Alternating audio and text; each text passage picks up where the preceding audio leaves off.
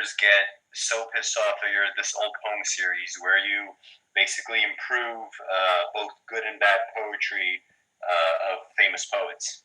Because people who are famous in whatever field are different than us peons who are not famous at the moment.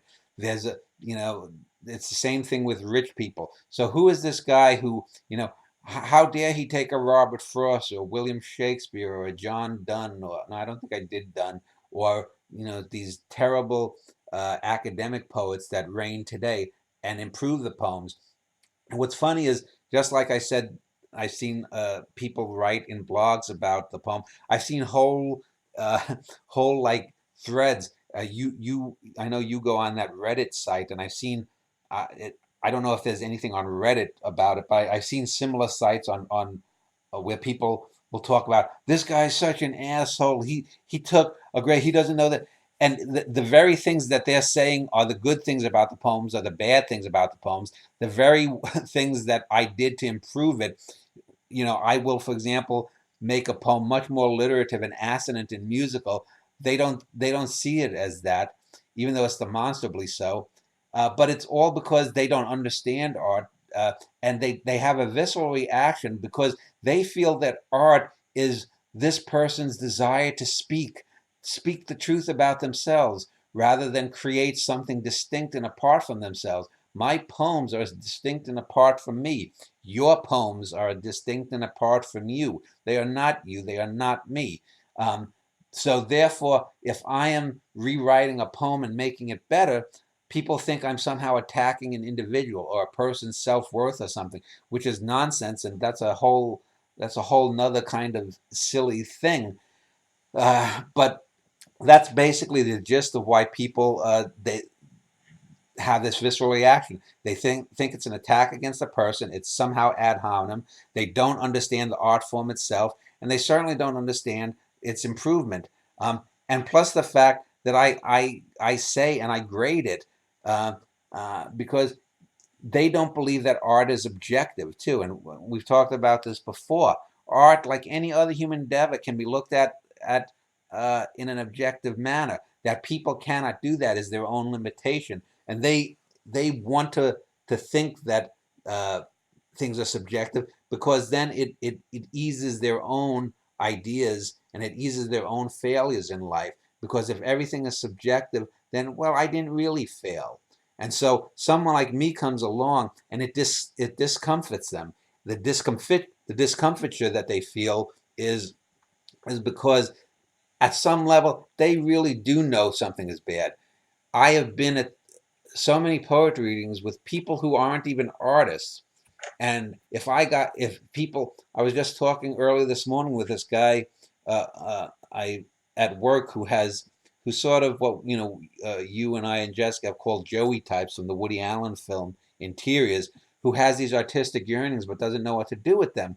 And he a lot of people are like that, and they get discomforted by the fact that someone can know themselves in a deep, rational way, and look at life in an objective manner and say this is bad and here's why and here's how you can fix it. It's this, most of the this old poems that I did are rather obvious and easy fixes. Most of the times when I talk about why a film fails or any act of criticism I do, I'm not just right, but I'm obviously right. There's really no arguing with it. And as people go on and they read these things, a good proportion, I'd say maybe 10, 15, maybe 20% of people, I've gotten emails from people that say, when I first read your website, I thought you were a real asshole and arrogant and this, but then something made me come back to read again, and I reread the essay about a film or a poem that I did or something,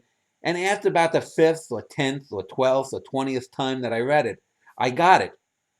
And then I had to ask myself, why did I read it 5 or 10 or 12 or 20 times? I've gotten those sorts of emails hundreds, if not thousands of times.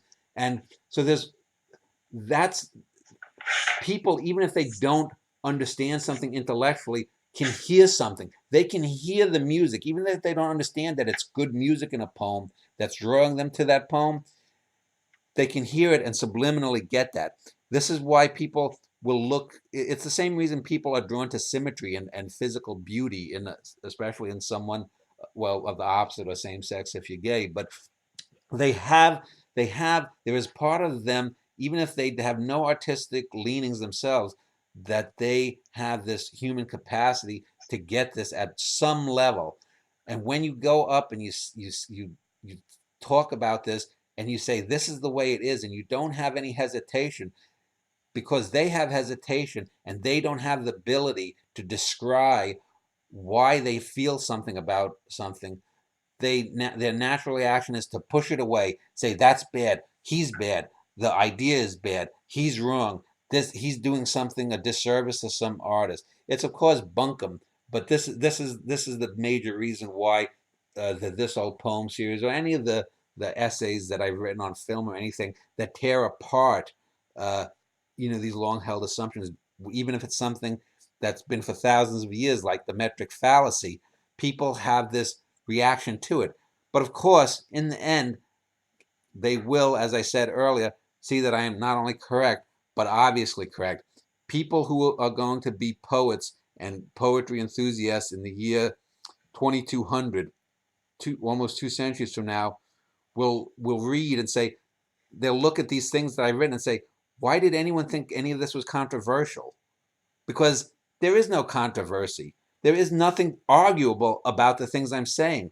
And one of the reasons, in fact, that I'm doing these interviews with people about different subjects in art and philosophy and whatnot, and the reason I'm doing these interviews with you and have done it with some other people, is so that people see that I'm not someone who's out there fulminating against this or that. It's not because I'm envious or jealous of this writer or that artist, or this person made $1 million with this shit film.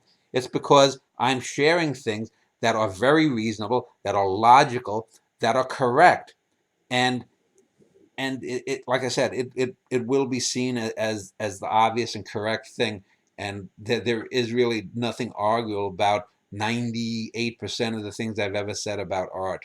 So that's the likeliest reason, using Occam's razor.